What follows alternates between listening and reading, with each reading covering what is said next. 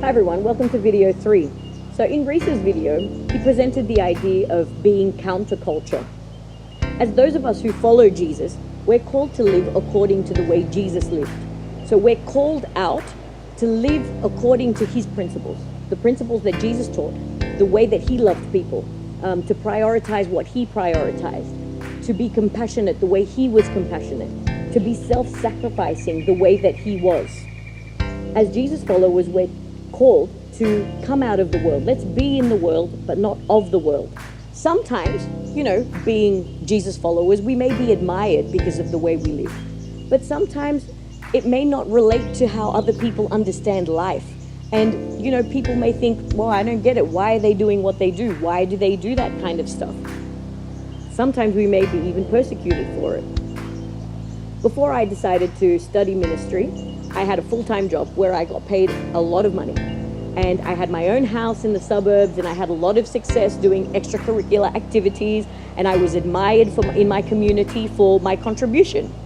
That's when God tapped me on the shoulder and said, I want you to leave what you're doing and go to Avondale. And after my initial tantrum, I kind of considered it, and I started to get excited about the idea of this new season of life. When I spoke with my friends and family, however, they were like, Aniele, what's happening? You don't leave a house in Sydney. You don't sell a house in Sydney. That will be invaluable in a few years. You don't quit a job that's so high paying that you've worked so long for. And every decision that I was trying to make, everyone was like, what? That doesn't make any sense. It doesn't make any sense to give up what you're trying to give up for something that's so, questionable. What is that, a pastor? What does it mean to study theology? Are you even allowed to do that? Do they let girls do that? Although I didn't have any of the answers, still something inside me wanted to do this, wanted to explore something fantastic. But having all of that negativity and people questioning my sanity because I was considering all these things was really hard for me. And I started to get discouraged, and I started to think, maybe I am, maybe what I'm thinking is crazy. Maybe I should just push the idea out of my head. But then I went to church, and my church family understood the life and calling of, someone who follows Jesus as a disciple of Jesus, that our lives have a different purpose, that we're called for something more than what the world offers us. And they weren't being negative towards me. If anything, they encouraged me. They applauded the fact that I would give up my financial security to go somewhere where I had no idea, to pursue something I had no idea. They celebrated with me that I would, go out in faith, not knowing what was on the other side of the journey, and just trusting God completely. They admired my courage, being willing to give up everything that I had and sacrifice it all to God for, a purpose that I had no idea what it would look like in the end.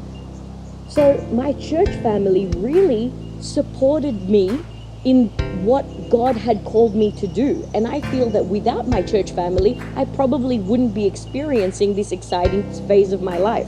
Hebrews 10:24-25 says, let us consider how we may spur one another on toward love and good deeds, not giving up meeting together, as some are in the habit of doing, but encouraging one another.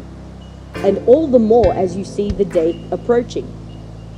The word translated spur in verse 4 is the Greek paroxysmos, means to stimulate or to motivate, to be able to live and love the way Jesus did, to encourage, urge, and cheer one another on. So why do we go to church? We go to church because we know that we're not alone on this path. We go to church so that we can come together and support each other.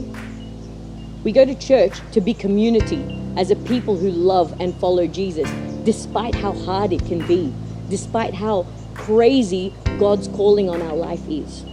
Those who follow Jesus will come to many crossroads in their lives where there are different paths, whether we go to the left or to the right. There's always going to be a tension in our journey of faith, whether we turn left or we turn right. God will be calling us this way, but everyone's going there. All my friends are going there. Everyone that I love is going there, but Jesus is calling me there. And sometimes, without encouragement and without support, it may be difficult to do that path alone. And we may just give up and say, oh no, that's too hard. But imagine if you had a group of friends walking that same path with you. That's what church is supposed to be. We're supposed to be a group of people, brothers and sisters, who love each other and who have been called out for a purpose, walking this tough journey together, so that we're not alone. That's why we go to church.